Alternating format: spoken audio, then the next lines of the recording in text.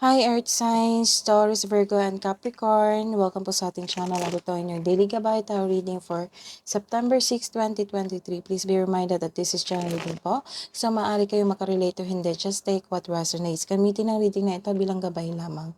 Balik po kayo dito bukas para sa ating Daily Gabay Tarot Reading for September 7, 2023. Please like, subscribe, and click bell button para updated po kayo sa daily tarot reading natin. Maraming salamat po. Spirit guide, energy po today ni Earth Signs, Taurus, Virgo, and Capricorn.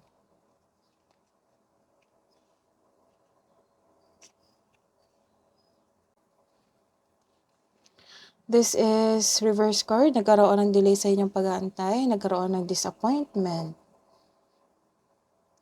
Nagkaroon ng delay sa plano. Nagkaroon ng disconnection sa isang tao, sa isang grupo ng yung pagkaibigan. Yung grupo ng kaibigan, nagkaroon ng disconnection sa isang intuition.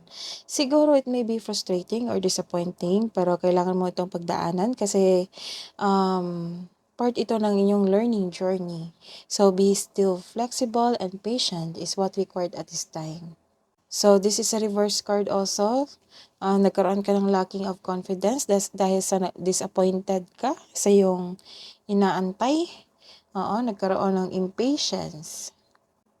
Some situation na madali kang mag-give up, you don't trust yourself dahil sa nangyaring ito na nagkaroon ng delay o paulit-ulit na pangyayari.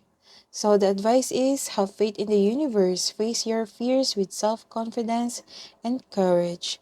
What is the advice po for Earth Signs ngayong September 6, 2023?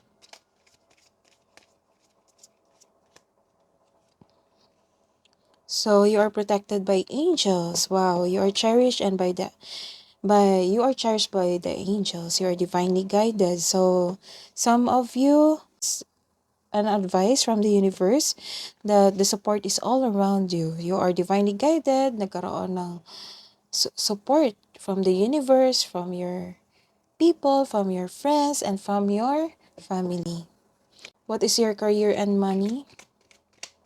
Earth signs, spirit guides, message na po ngayong September 6.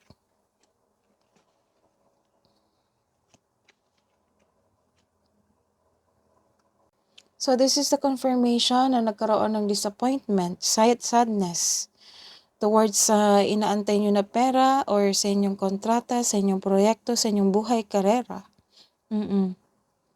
So the advice is, this is a hope sign. This is only temporary. Lilipas din itong pakiramdam na ito.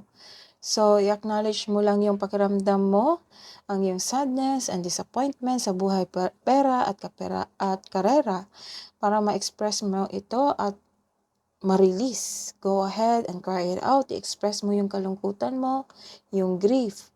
So, this is only temporary. Kailangan lang mo lang pagdaanan at intindihin kung bakit ito nangyari. So, this is partnership nagkaroon. So, this is the confirmation. Nagkaroon ka ng sadness, impatience, disappointment, kasi nagkaroon ng delay. Oo. So, don't worry. Darating din itong kontrata na ito. Nagkaroon kayo ng partnership sa inyong kagrupo, sa inyong workmate, or business partnership. So, this is a big opportunity to you, Earth Signs. So, this is a destiny card. Isang malaking good news sa inyo. May parating na job opportunity, business partnership, business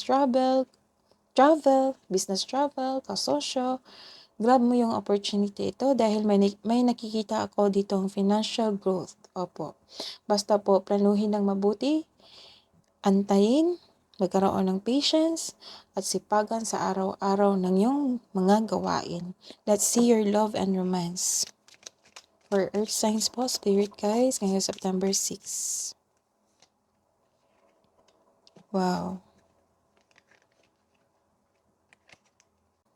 So, nagkaroon kayo ng growth sa inyong relasyon.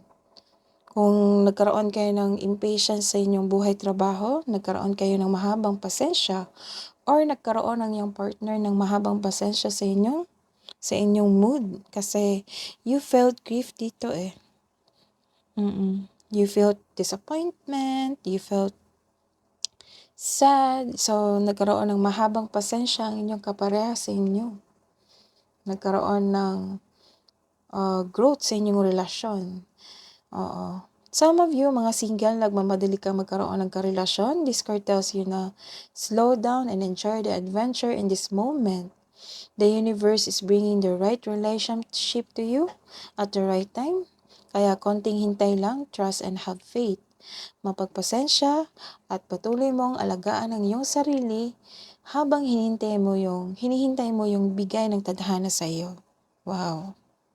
So, this is on lack of focus.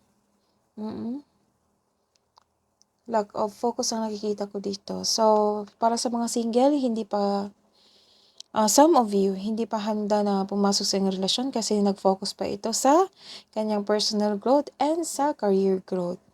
Para sa mga may relasyon, isa sa inyo hindi maka-move on, ang nakikita ko dito hindi maka-move on sa past. Bakit kaya? Siguro nagkaroon ng trauma.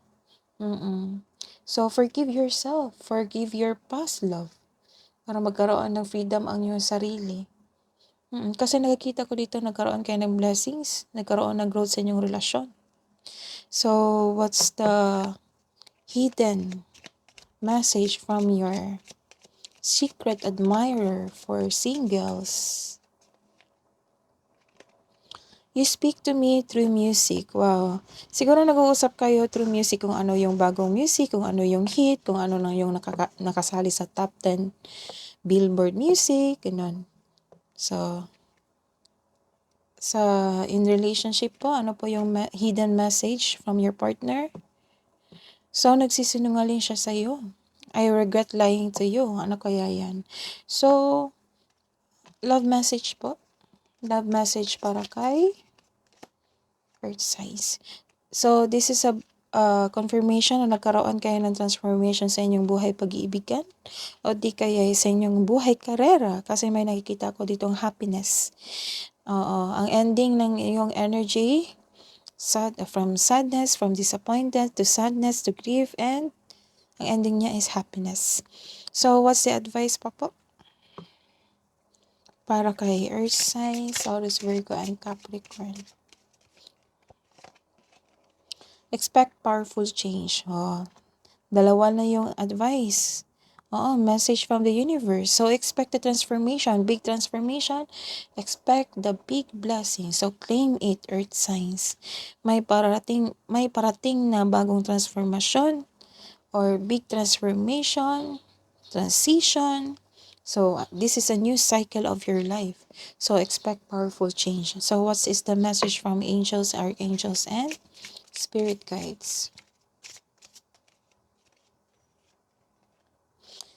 Message from Archangel Michael. You are powerful, loving, and creative child of God. You are very loved. Remember who you are. That is your reading today, Earth Signs. Balik po kayo dito sa September 7, 2023 reading. Please like, subscribe, and click bell button for notification para po updated kayo sa daily tarot reading natin. Maraming salamat po.